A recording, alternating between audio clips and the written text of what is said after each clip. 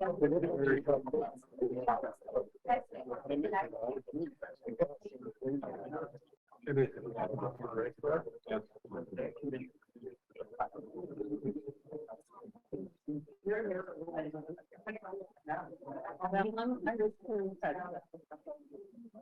welcome everyone. Thank you for joining us for the first town hall hosted by the Loveland Voice. Can you hear me?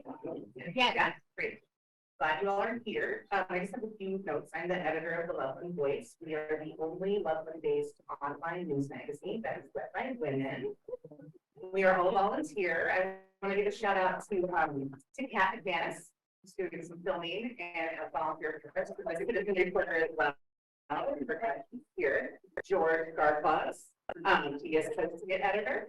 Yeah, and he's running our Zoom tonight as well. And of course, Amanda Waddell, who's going to be our MC this evening, manage your questions and work with Mayor Marsh, and of course, we're welcoming Mayor Marsh to this town hall. Thank you. So our purpose this evening is for community members to have the opportunity, that's you, to ask questions with a focus on the Loveland Urban Renewal Authority. We have about an hour. We're going to try to the official time. This is not a political event. It is an informational opportunity, and we're so glad you're here, and we want to encourage you to ask questions with kindness, because we are all Lovelanders and we are in this together. Big thanks to Verboten Brewing for hosting. Really grateful to them. And please, tip your servers, buy a soda, buy a beer, they have ice cream. Local ice cream is really good. And one more note, the Loveland Voice is a volunteer-led group that would like to do more reporting and analysis to provide engaging information for you. It isn't free to do this, and we do want to do more. So you can support us on Patreon at the Loveland Voice, or send a one-time contribution via Venmo. There's a couple little QR codes passed around. Because we want to really increase our capacity to engage information that you want and need. Okay, I think that's about it. I'm going to hand it over to Amanda Waddell and Mayor Marsh and all of you. Thanks for being here. We're going to just start with a few starter questions from the community that we got kind of ahead of time. Yeah. Just to kind of kick it off a little bit, get us warmed up. There's a lot going on in the city right now that can be overwhelming and time-consuming to pay attention to, and not all of us have the capacity to read boxes and boxes of information. So the first question, I got this a couple times. What do you think are the 3 highest impact issues happening through City Council right now? Before I start, I do want to recognize that we have a couple of other councilors here. We have Councilor John Fogel is here, Councilor Dana Foley. We have our House Representative Congressman Ron Weinberg here. We have Abby from Centerra here. Am I missing anybody? Former Councilor Rob Malloy is here. Former Councilor Doug Lovely is here. So acknowledging all the people with experience in the room. And I do want to say that when I speak, I'm speaking for myself, as an individual and mayor, and not for council as a whole. And I encourage people to reach out to other people to get therapy, because this is my framework. I'm not saying we're all the same, and we're definitely not. So when you think of 3 areas of impact, I mean, that you have a long list of things that you could pick from. Certainly one of the current ones is the new URA proposal out of Centerra on the south side of 34. And that's a big deal because it's happening right now, and it's consuming a lot of council time. Other areas would be housing, and I would say housing in the terms of affordable housing, given the salaries that are paid in our area. Salaries that are typically paid are inadequate to buy a median home. Median household income is not enough to buy a median house And then the effects, I would say, of metro districts on affordable housing.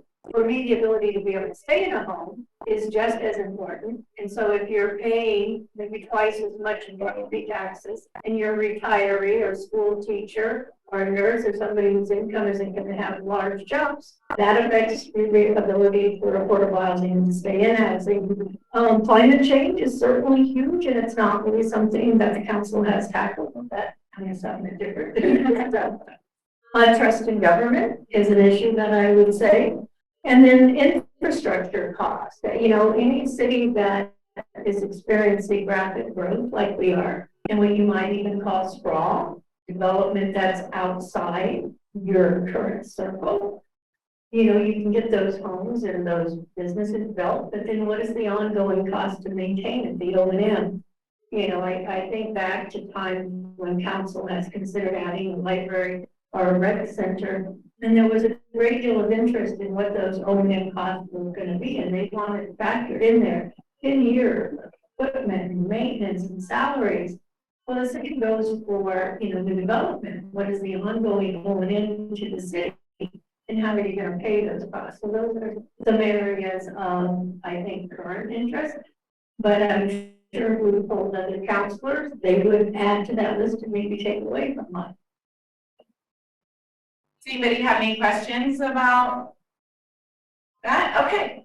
So before we go into more, a lot of people would like a short, succinct definition almost or explanation of what the MFA is, why it matters, and same with what the LURA or URA is and why that matters. Okay, and I kind of start that discussion with, you know, take apart the name, an Urban Renewal Authority, designed back in the 50s primarily for areas of a developed part of town. You know, you can think about Chicago, Detroit, Los Angeles, you know, part of town that has fallen apart times. There's vacancies, there's crime, there's, you know, it's not flourishing, and it could be pulling in the areas around it.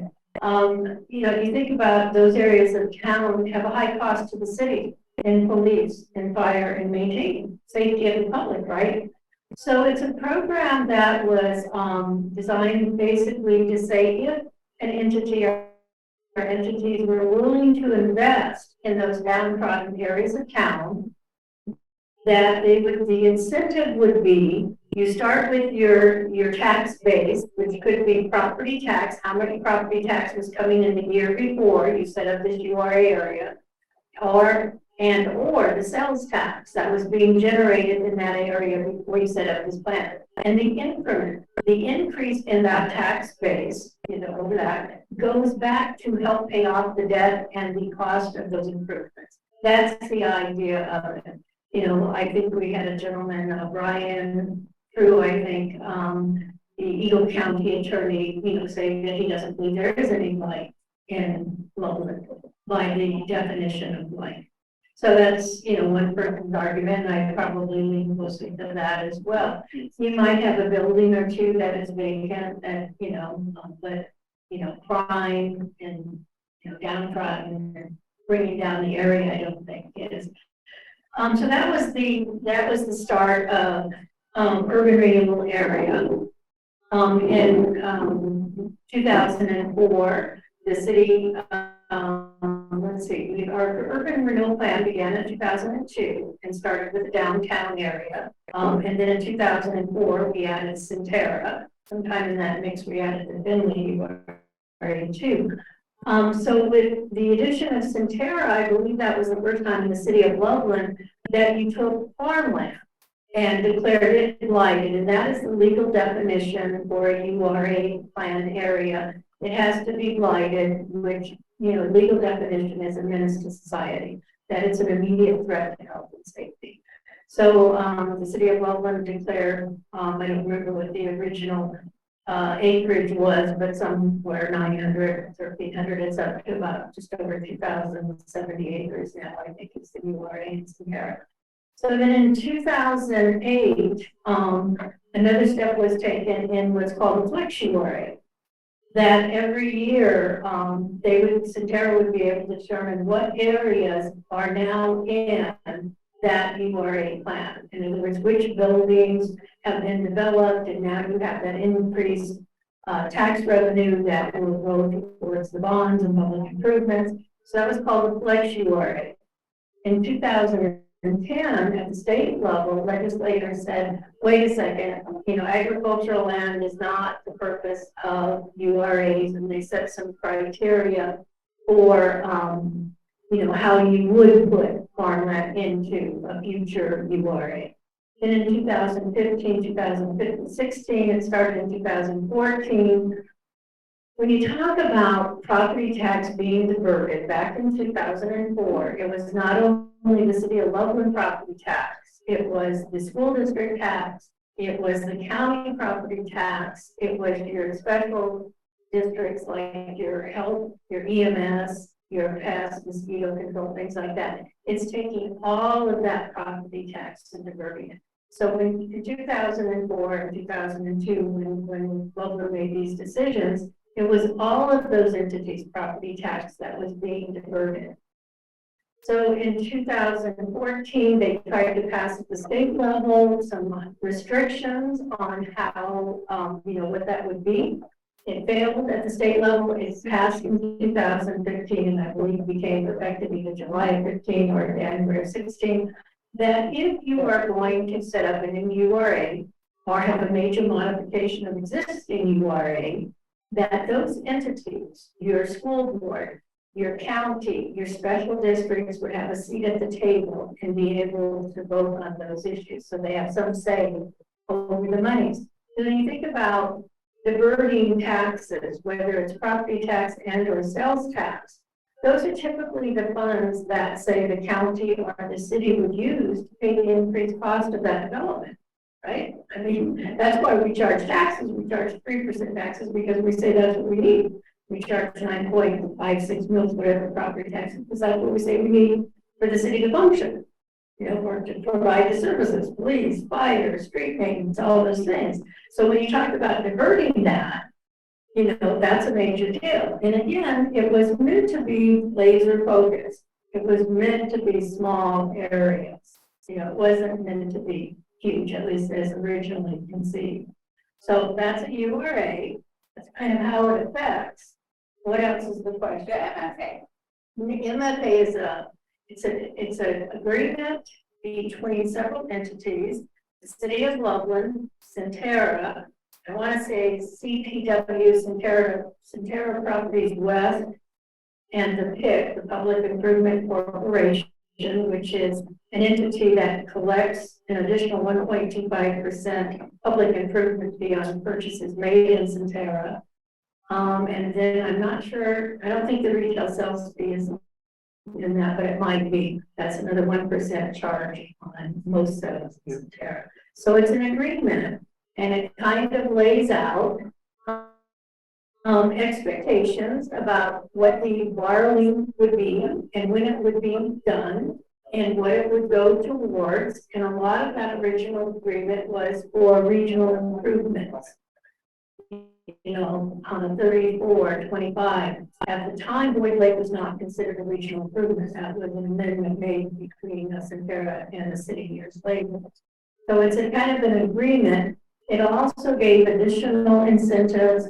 There's about $7 million in street CEFs that were waived, 432,000 in water, 6 that were waived. It's kind of the agreement that goes for 25 years, and I should say that URAs go for 25 years. That diversion is 25 years. So in the case of the downtown one, that expires in 2027. In the case of Centerra, it expires in 2029.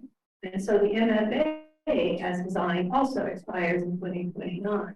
There's a little bit of conflict with the MFA and 2 subsequent documents. There's 2 covenants that say one is the public improvement fee. It says that 1.25% goes until 2094, as does the 1% retail sales fee covenant. However, the master finance agreement doesn't deal with the retail sales fee, and it cuts off in 2020. So it's an overall agreement that brings the URA some of those incentives under one umbrella. And it's been amended, I think, 7, 8 times at this point. Okay. All right, before I read another question, does anybody else, you want to stand up and introduce yourself? Hi, I'm Nancy Silver, and okay, so I mean, a lot of that just goes. I'm sorry, you know, I want to thank you. It's been very informative, but okay. But my question is about that. These entities that the city has made an agreement with this is a corporation that you're talking about. Is it a Who single? is Centerra? What is, I understand it's a shopping center, and we made an agreement with them, and I'm wondering who they are, have they met, they're part of the agreement? And if they haven't, why are we continuing to negotiate with them? And I have a lot of. Okay, so when you use the term Centerra, I mean, that can mean a lot of different things. For the most part, I think when we say Centerra, what we're talking about is the metro district of Centerra. There's a bigger umbrella, which is just Centerra in general, but it's the metro district. So, okay, so think about the URA is the base. That's that, you know, public improvement for blight and, you know, okay. And then you have the metro districts on top of it. That's also part of that master finance agreement, the MFA. You have the big Centerra Metro District, which is 1 through 5. I used to call them, and I still would refer to them as the master and slave. District 1 is the master, and it controls virtually everything. 2 is your commercial developments. 3 is your residential. 4 is your service, and 5 is your industrial. So you have a master and 4 slave districts, right? And there's a governmental agreement saying that they'll send their money to that to help pay the debt and the public improvement. And so when you think of Centerra, well, it is a quasi-judicial entity that is authorized by your local municipality, in this case, the city of Loveland. It has the ability to tax. It determines the mill levy that these different entities are going to be paying. And they're taxing over and above what? What you and I would not living in the metro or not having a business, and yes. So my most important question. Okay. Now, have they met their agreement? Have they paid back their loans? So that's a big question. This is what my interpretation is, being, you know, kind of looked at this for years even before I was elected. If I try to sort through, you know, newspaper articles and, you know, materials that were presented to the council back in 2005, it was a development with a lot of commercial development, a lot of sales and property tax, right? Commercial buildings pay 29, you know, versus our, you know, we charge 6 or 7 for our properties. It was meant to have a lot of revenue, secondary, a lot of jobs, right? Third was the focus on residential. So when you have, you know, I think originally, it's up to 3,000 acres now. That detailed development didn't happen as planned. It hasn't filled in the way that was originally projected we would be at this time. So we do not get the sales tax revenue that was projected. I think we're pretty close on the property tax that was projected, but it's not the jobs, because there were supposed to be, I believe, 18,000 non-retail jobs. We're not there. We're not there on the sales tax. It's about half of what was projected. You know, but is that, I mean, you know, a 25-year commitment is awfully hard to predict recessions, COVID. I would argue that we shouldn't make 25-year commitments, because how does anybody know what's going to happen in 25 years? So it's hard to compare that master finance agreement, which kind of laid it out, because it had specific years that you would be borrowing certain amounts. My concern at this stage is that it runs out, the master finance agreement and the URA ends in 2029. and in theory, the public improvement fee. We are at 230 million in debt for the main Centerra. That's not counting separate metros like the lakes or Vanderwater. It's not counting those. Right, last year, if you look at 2020.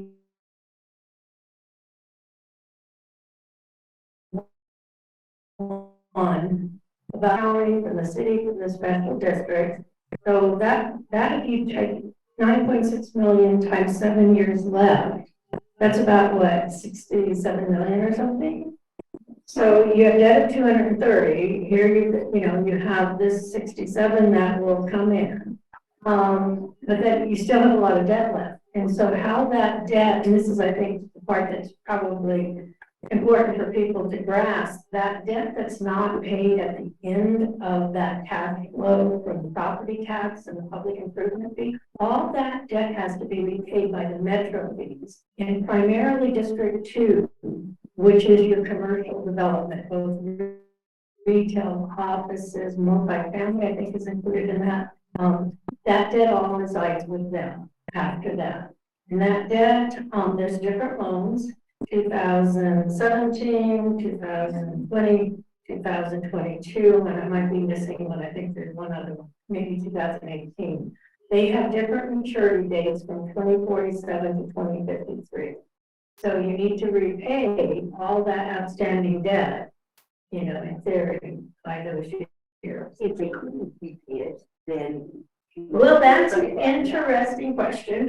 And then I have one more question. Okay, in theory, the way they say things anymore is if it's not paid, it just goes away, everybody walks away. I talked to Hill Security about that a few years, and I said, well, there's really a lot of outstanding debt. Seriously, people are just going to walk away. And his answer to me was, everybody will get an attorney. And then my question is, why are we going to renegotiate with this group of people, this corporation, if they have not followed through with the plan that they had? They have not been able to pay out the money. We have to wait until maybe they can or maybe they can't. It sounds like Loveland is losing out with this group. So, we all have our own opinions, and I'll let every council answer that for themselves. I mean, obviously, their best hope is that you add more commercial development. Because again, the monies continue on after 2029. 2029, you lose that diverted property tax, and you may lose the public improvement fee, but the metro fees continue. So if you add more businesses, it's just like anything else. If you have more people in the pool paying the money back, that burden is shared amongst more people. And that was, I believe, the original concept. You have this huge base of businesses paying this.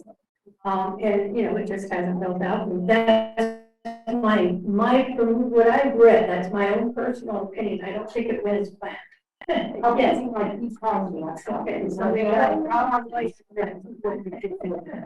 Okay. Are you? Yeah. Jake Collins, Ward 2.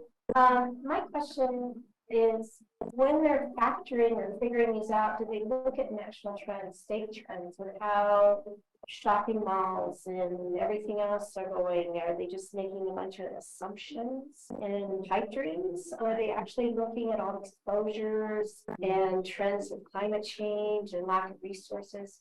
Well, and what, if you watch the council meeting a week or so ago, I highly recommend that people read this current debt document.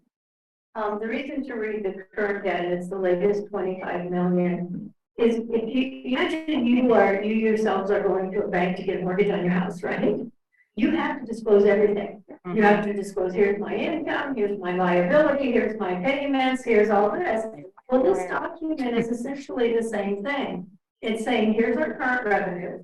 Here's how it's going to change in 2029. Here's our plan to repay it. So this is where you want to look to see how they're looking at trends. And they really lay out the risk that things might not go as planned. And so these kind of bonds aren't available for you and I to buy. They're called institutional. It has to be somebody that, or an entity that can take on that risk. You could not go buy these bonds. So you know, but this document is, I think, very, very informative, and I recommend anybody read it. It's Jackie, is that the MFA? this part here is just, this is the loan. It's about 800, it's almost 800 pages. This document is the master finance agreement, but there have been 7 or 9 amendments to it. So that's. So it's super simple. This document, the loan document is in plain English. I would challenge that most people reading this Okay. would make sense, and that's where you see the current revenue going to repay the bonds. Yeah. And you see that, you know, the current bonds are interest only until 2051, and then it has 3 large payments in 51, 52, and 53, and that's how they plan to pay off the 25/9. So it's very informative. Can I ask a question? So this is so much information, and I'm so grateful that you have it, and I'm always trying to boil it down to like a headline, kind of. So as a homeowner in Loveland, speaking for myself, and also knowing whatever you say is your opinion, and you're speaking for yourself, how does all of this potentially impact me? I'm in Loveland. I am here for the long term. I'm raising my kid here. I'm having a family here. That's where I'm at. So what does this mean to me? And can you wrap in the fracking part? We'll start with the first part. The first part. So, you know, how we look at it again is, you know, you have developments, and it's not just this one, that when you do these kind of tax diversions, you know, in my opinion, they don't cover our cost of service. And I believe somebody is working on that to determine. There used to be a common phrase before I was elected, rooftops cost money. Homes cost money.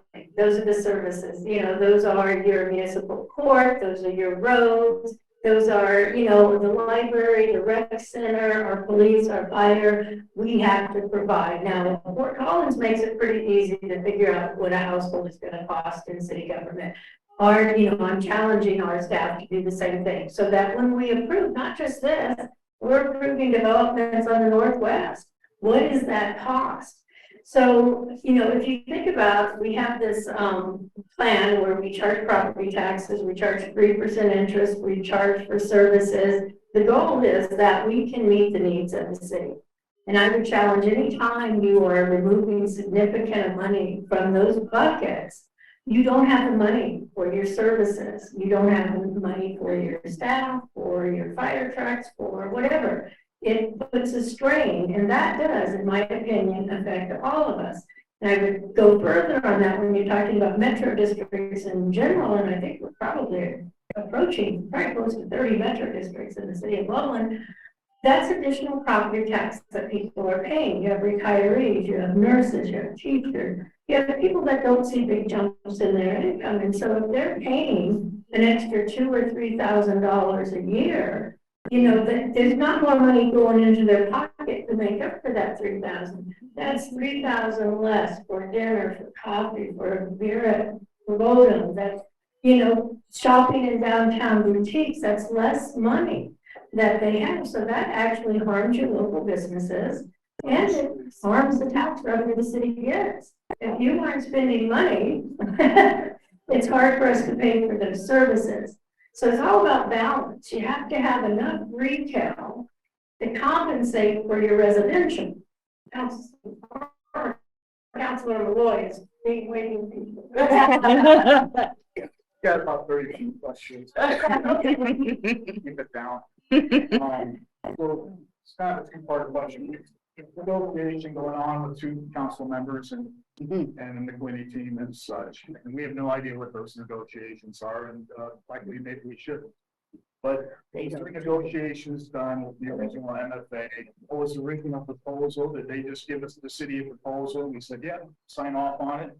And then the other question is, you know, when equities came in, they built the outlet mall, right?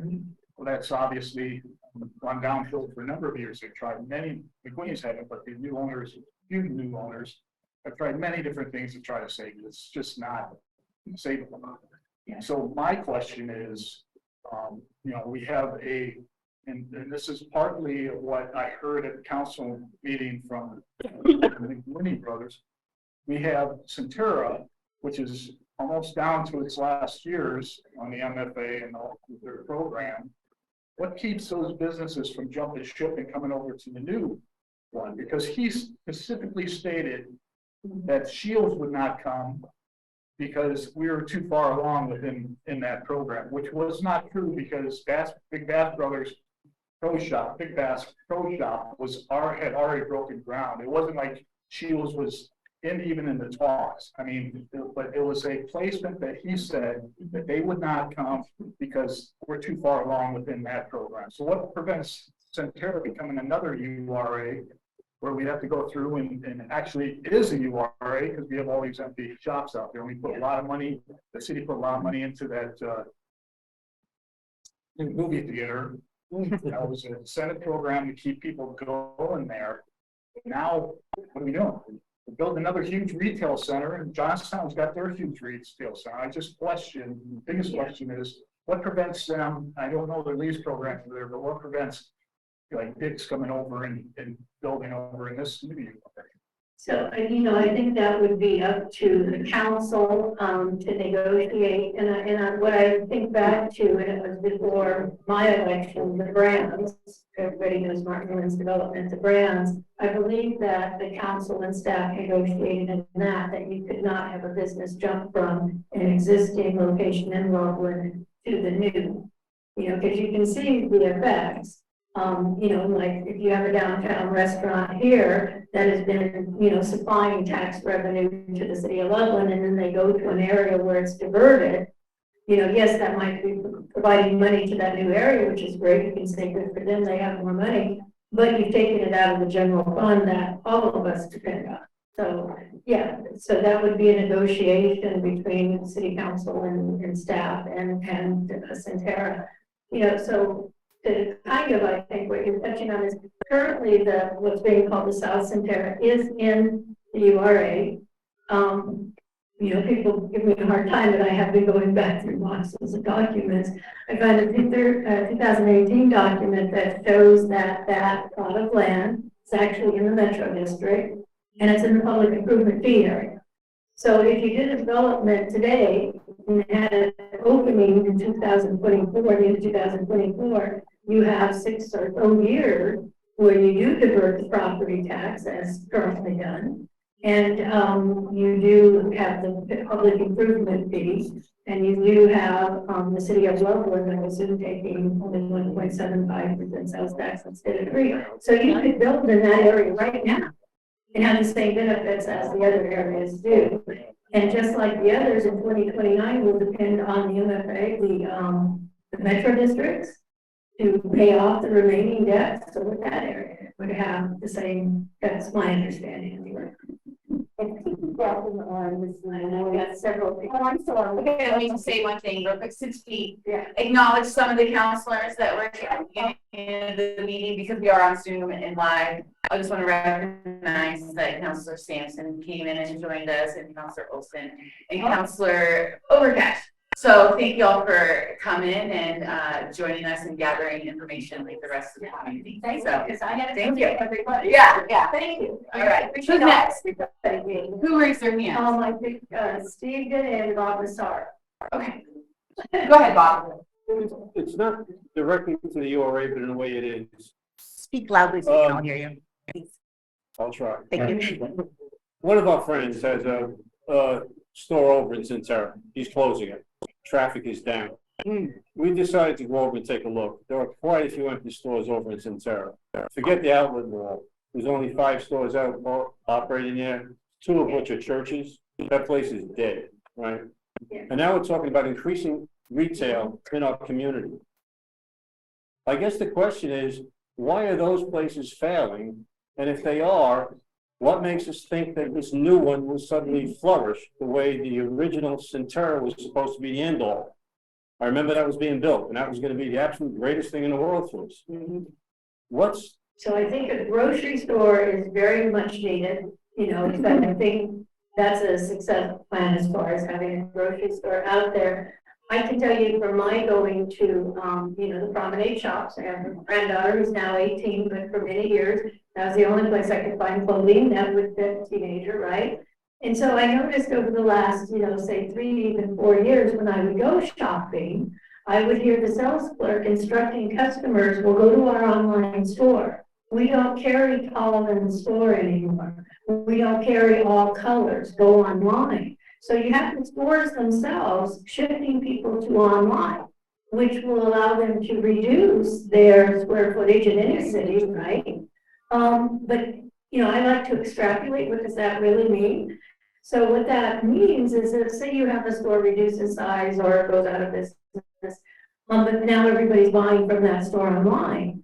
Well, that means Centerra is not getting, the PIP, the public improvement fee. The gain for the city of Loveland is those online sales. We're getting 3% sales tax instead of the 1.75. So all of these things are kind of interconnected in a fascinating way. And, there's both bad and good in it. But I can tell you for sure that, staff in those stores are shifting people to their online.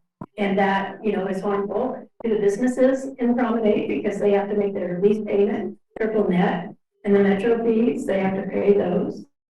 And they're not getting that public improvement piece in Arizona. I guess I'll follow up with one question. We have a certain amount of square footage of retail space. It's not full. We've got empty stores all over this town. And yet we're trying to bring in more square footage of retail. And I'm sorry, Whole Foods doesn't, to me, sound like the right store for really grocery shopping, which is what people want. I'm not gonna go buy diapers at, Yeah. I don't do that anymore, by the way, folks. Unless they're adult. Well, Always count on you. I think you could have both of what we consider a regular grocery store, things that are Safeway and Whole Foods or Trader Joe's or one of those lines. There's certainly enough, people out in that northeast area now that I think you could support it. Yeah, it's very clear. Yes. With regard to the grocery stores, the Whole Food grocery store is only like 40 square feet. It's a small one that probably a grab and go. But the other situation is that Johnstown is going to build a huge Kroger, a grocery store. No, it's not a grocery store. It's a carry out too? It's not. Oh, okay. Well, they're both going to be, they're not going to be full grocery stores then. I think, I think when you think about, retail in general, I think most people, and I'm not talking about groceries, you're looking for experiential shopping, you're looking for more the kind of boutique and things, I think a lot of people are. COVID accelerated the shift of people shopping online. People, I think prior to COVID, hesitated shopping online because you were taking business dollars away from your local businesses. COVID made it acceptable and easy. So I think, we're just a lot further along that road than had it been a more natural course. And so what do retailers have to do to grab people? Because we still like to go in a job, right? So what do you need to happen there that makes it worth me leaving my home and going for, going for a trip and going in? I don't know that any one person has the answer to that. I think, Steve, you want to? Yeah, it's, Wednesday is. So people heard some kind of drop dead. I mean, is that tied to Whole Foods? That's what council was led to believe. I don't know. I'm not part of this negotiation. So for me, I'm going to take my time and analyze everything. I tend not to be in favor of devoting tax dollars. I looked at that particular plot of land. It's not out in the boonies. You have the Ford dealership that paid for its own infrastructure. You have the gentleman that came before council maybe a year ago and is doing some retail and some apartments. They're paying for their infrastructure. People get back that money when they either develop and sell the lots or develop and sell the buildings or lease the buildings. And that's kind of my philosophy. And again, different councilors differently about that, and that's their opinion. So we don't know if April 1st comes and goes, what's gonna happen? I, The world could end. not my world. Okay. Yeah, would you, and you're welcome to come up because you have more information. Maybe it's actually, but I wanted to go over, so I'll stay here for the moment. I don't have any for my journal university, yeah. And I just provide a little insight. They call her spend like huge time to the grocery store meetings. So they have committed to come to Loveland, but it's contingent on different things being met in the store being delivered to the store. And so if those time periods start slipping, that store will have the opportunity to go elsewhere. So that's what, that's the point. Thank you, we appreciate that. Yeah, that's, oh, I don't have, so thank you. So, just so you didn't. So if April 1st comes and goes, no Whole Foods. No, it's not that black and white. I've been saying maybe 2 weeks, maybe at some point very close to that, they go reach a tipping point and we'll lose that. Good, don't wanna. That's okay. Okay, This question is kind of tied to that from the community, so we're gonna have her do that one real quick, and then Linda, you have a question. Okay, and can I jump to kind of the redistrict change of? Yeah. Change of course, we have a question on. And just real quick, we only have 20 more minutes Okay. for this, so. Okay, we had a question on how can the board redistricting negatively or positively impact residents?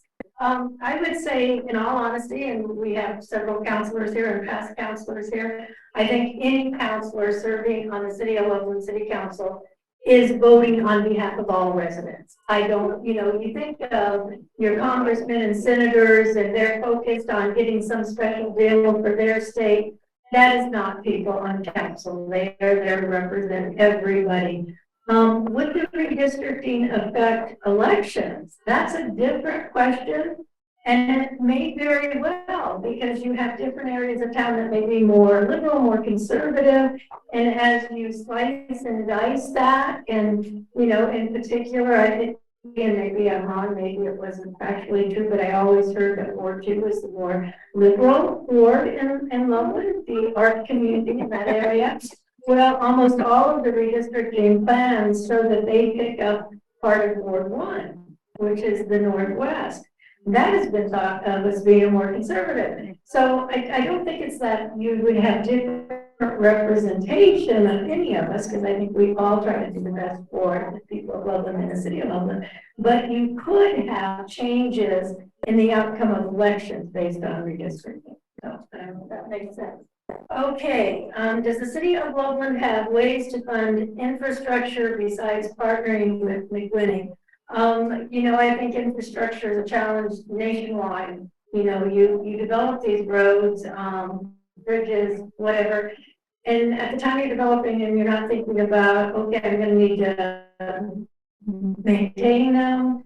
And at the same time, you're still building more. I know a year and a half ago when we were our Public Works Department, we were looking at sidewalk gaps that we need. It was 110 million in sidewalks.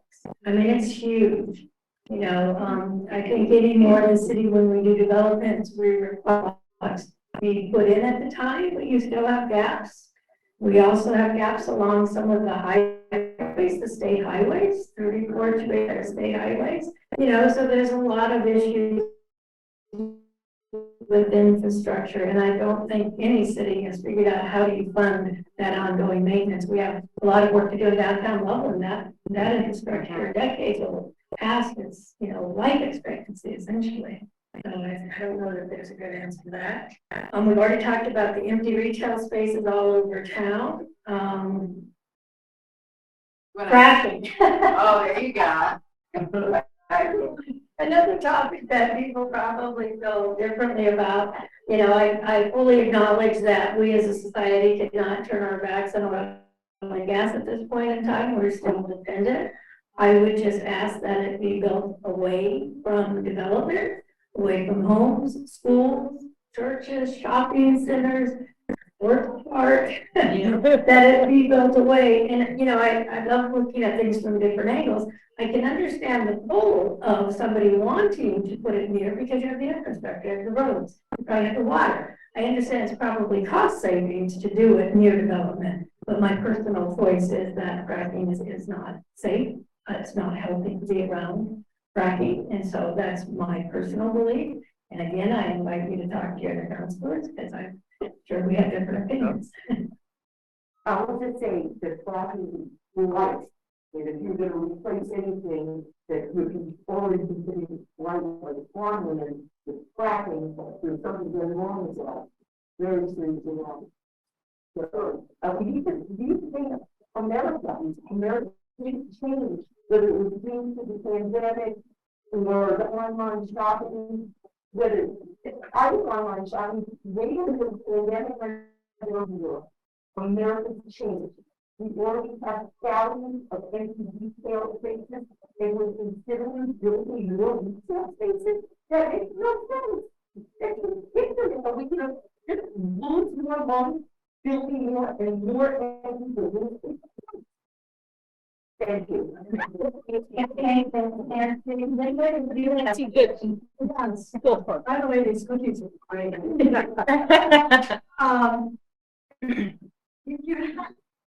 If you have this Laura, urban renewal area, they're also planning to have a metro district at the same time. And a month ago, there was a request for $90 million, which is a bit more than usual, to build the infrastructure. Now, if you have an urban renewal area, they're going to collect all the taxes, essentially all, and give them to the developers or whoever will save the deals with them. So how are they going to pay that 90 million? In theory, that is what that diverted property tax is supposed to be. And then the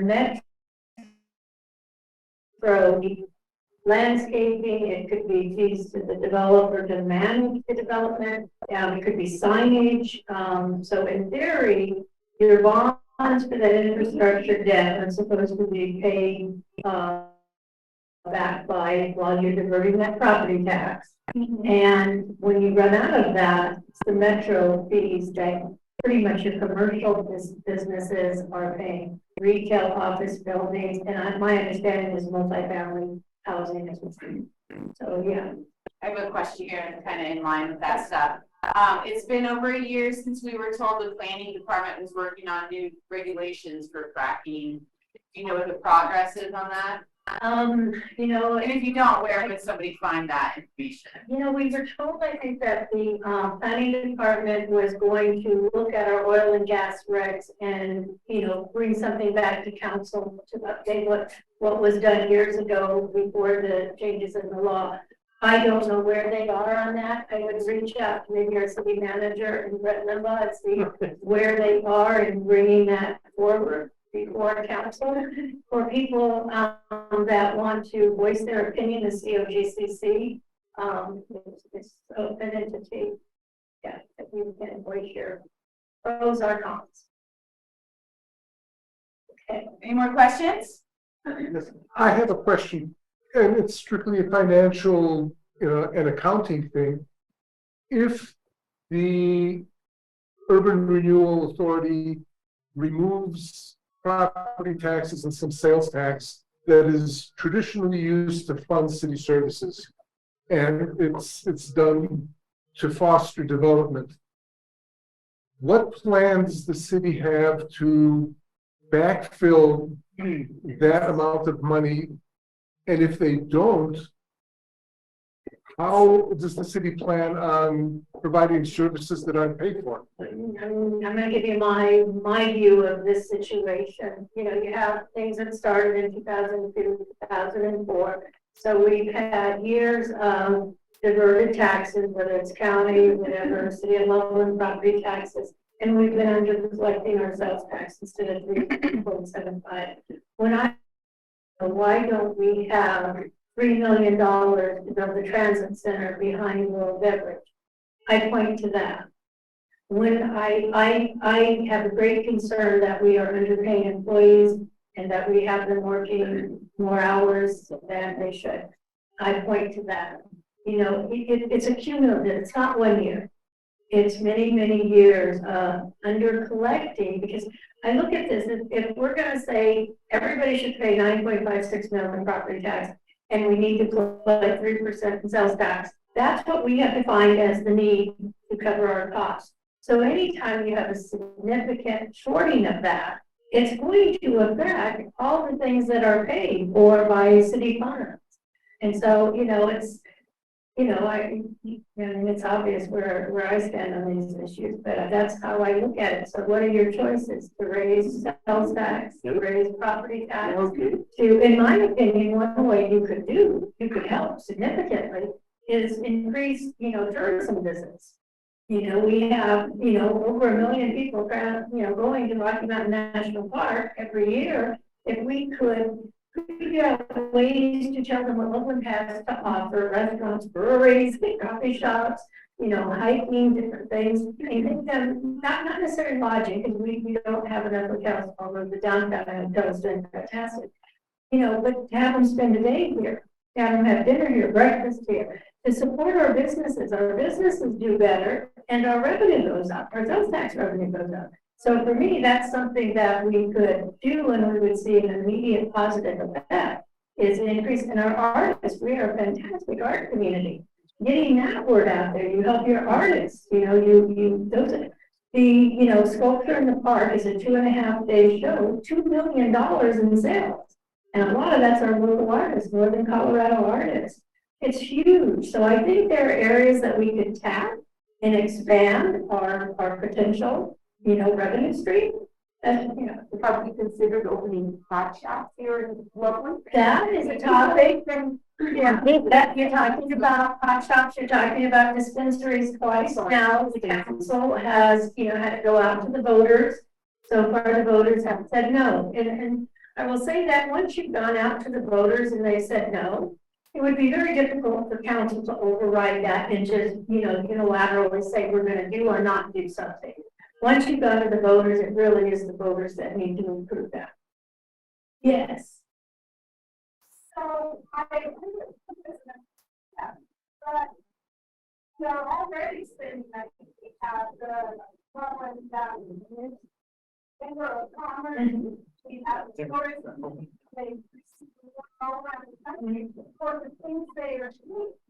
So we have that already in place. I don't think what we spend compares to what other communities in our area spend. I know one of the things that our community market visit in Loveland would love to do would be to have the advertising dollars to advertise at the Denver airport. People have to make a decision when they leave that airport, if they're flying in to go to Rocky Mountain National Park, which route they're going to take. And the majority are going through Lyons. We need to tell them, go through Loveland and 34, So, again, if you look at their budget and you consider that all of their salaries and benefits have to be taken out of that, they don't have a very large bucket of money left to spend advertising. They do a phenomenal job with what they have. I'm just saying, if we invested more, we would get a higher rate of return on investment. And you help the businesses and you help our general fund. Yeah. Well, on that note, if you talk to tourists that go down Loveland and they see all these abandoned buildings and they see this terrible infrastructure and things are just, they look ratty. Let's be honest, okay? So they're like, I'm going to eat at this dump. They truly do.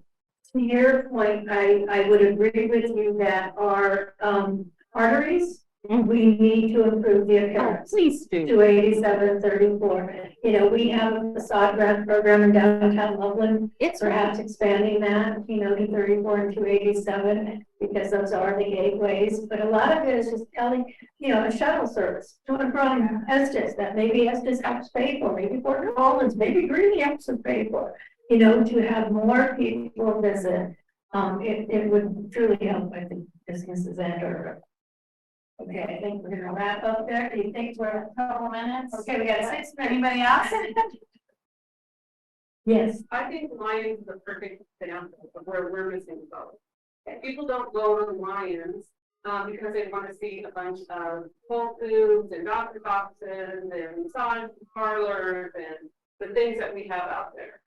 The shopping we have in Loveland and the way that looks out at Centerra looks exactly like every other burg between Fort Collins and Colorado Springs. It's one massive, look the same shopping. People go to areas because the uniqueness. And I think that is the problem, is spending too much money and giving too much money to people who don't need it. And we're not supporting the unique businesses that would make this community. It's the artist community that needs to be. And the individual nature of our community, instead of squashing it, I think we need to pay attention to that. Betty Lyons is a perfect example of what Loveland could be. People do go to the airport and want to go to Lyons, not only because it's beautiful, and Loveland is beautiful. Loveland is losing it because, for my personal opinion on Centerra, is they develop like they hate this town. But I like the uniqueness of what is here in Loveland. I love downtown. I love the smallest, the unique, and if we can develop that, I would be on your side.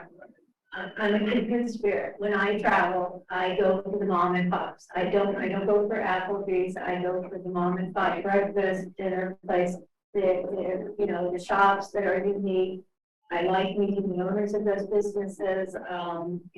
In Loveland, is one of the friendliest cities I've ever been to. The people here are just absolutely amazing. When you go into our downtown shops, you're meeting the owner. They care. They don't rush you out. They have a conversation with you. They ask you why you're there, where you're from. Here at our visitor center, we have amazing people here. And so I agree with you. It's those kind of shops that are special to me when I travel. Yeah, I do. Okay, all right, anybody else? I want to thank everybody for coming. Councilor Fogel? Yes, Madam Mayor, I'd like to hear from the CEO of Centerra. What? You're gonna give her. What? I don't see any. Did you want something else, Abby? We don't need to call it, A few things. If you have like 60-second blurb. 60 seconds. Come on up, Abby. Drop it in there. Welcome. Thank you. I'm going to get out of here. Well, I will take no more than 60 seconds, only to say, I appreciate so much folks engaged in their community and asking tough questions, and the mayor was willing to stand up here and spend as much time and energy as she has studying those. I would just encourage, if folks haven't had a chance to see the presentations that myself and my team made to City Council and to the lower board, that it might be worth your time, because there are different perspectives on things and a lot of other information kind of from the retail and development side of the story. And so those are available, as well as CenterraSouth.com, which is a website that has a lot of that information as well. And I would also just say that I'll be here for the next half hour and would love to talk to anyone about interests or concerns and answer any questions about the project or about the winning. Thank you. Yeah, a couple of people right here taking you up on Do you have questions for Abby? I can come and speak too. Or yeah, I mean, if we have wrapped up together, if you could talk to her after. We'd like to hear what they have. Oh, you do? Questions, yeah. Are we okay with time? We have 2 minutes. Okay, okay. Go ahead. Thanks for having people here. That is from your, I haven't followed all the presentations, from your perspective, what is your proposal offering to me as a random citizen of Loveland and homeowner who's concerned about fiscal stability and infrastructure in my city? What are you offering to me? What's my quality of life, or in any way, what are you giving me? Yes, so Mayor Marsh mentioned that there is a study being commissioned right now from the Centerra Metro Districts that shows that Centerra actually contributes $3.7 million annually to the community, and that has a lot to do with the commercial property taxes and residential, and the $700 million of sales tax that Centerra generates every year. So while it's, I know that that's been the narrative that's out there, but I just want to say, for one thing, what is already at Centerra is contributing fiscally to the city, in addition to being home to thousands of people and having significant commercial components, 8,000 jobs at Centerra. In terms of the new development, and we're really excited, and I think that's something that can get lost in the discussion about this. But having a grocery store in the eastern part of town, which has never happened before, it will be a kind of retail development that isn't here yet. The type of retail that's going to come is not competing or going to be pulling from other areas of town. It's truly going to be tenants who've never been in northern Colorado before. There will be a significant attainable housing component, about 1,000 new residences. There will be high quality outdoor green space. It will make a really cool connection from the Loveland Sports Park up to Whole Foods. And in addition,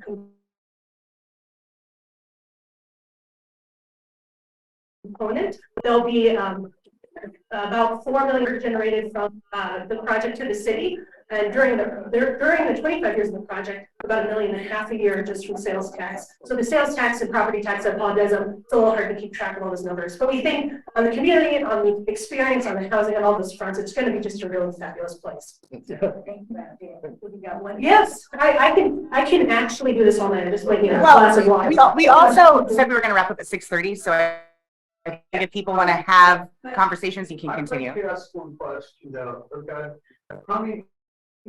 From just the point of view, I was in the hotel business and I worked for a pretty big player in it at one time. Before we ever did anything, we'd go up and get people who were on Brad Street, go do prospectuses.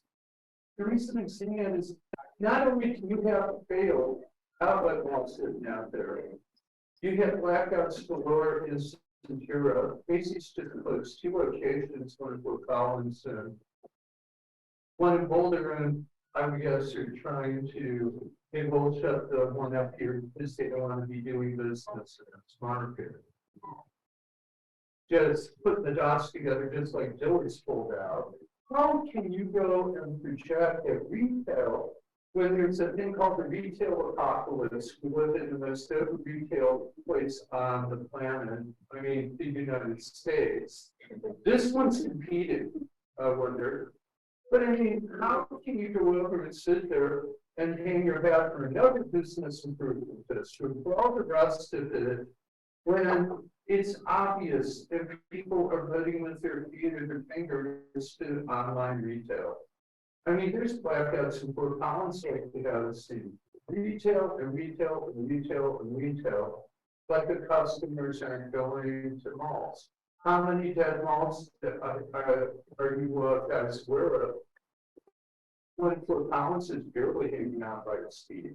I don't think when we have a 2/3, we would all have well. Just wondering how, how do you go over and sit there and take rock soup out of this because the market is so blatantly going the other direction. Yeah, unfortunately on the outlet shops and the promenade shops, McQueen does not own those. And so we have the organization was involved in their development in different ways in the past. So our ability to influence those is limited. McQueen did buy the Foothills Mall about 1.5 years ago and has a really incredible redevelopment plan that will be public fairly shortly as that goes into the city there. But relative to Centerra, to say a couple things, our sales tax growth since 2004 has done this, with the exception of some dips.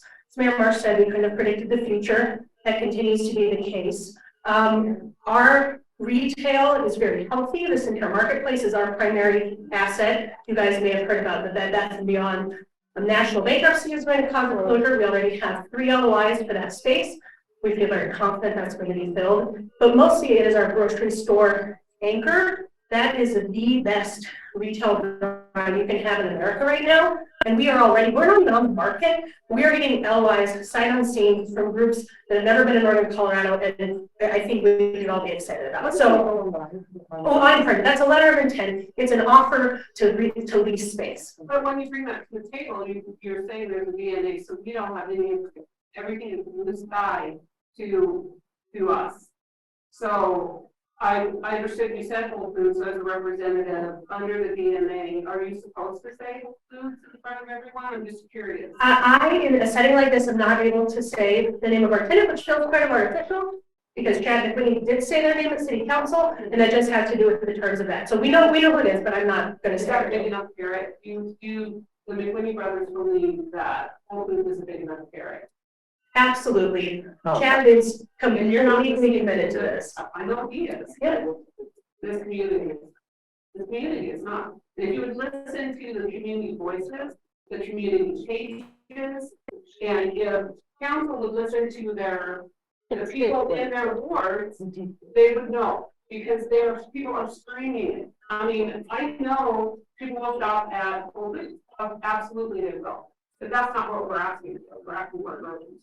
We're asking for a reasonable grocery. And I How many people in here are gonna shop on a regular basis at Whole Foods? But I think there might actually be a question in the back. It's a council meeting. Floor. Neil, it's not a council meeting, so. Okay.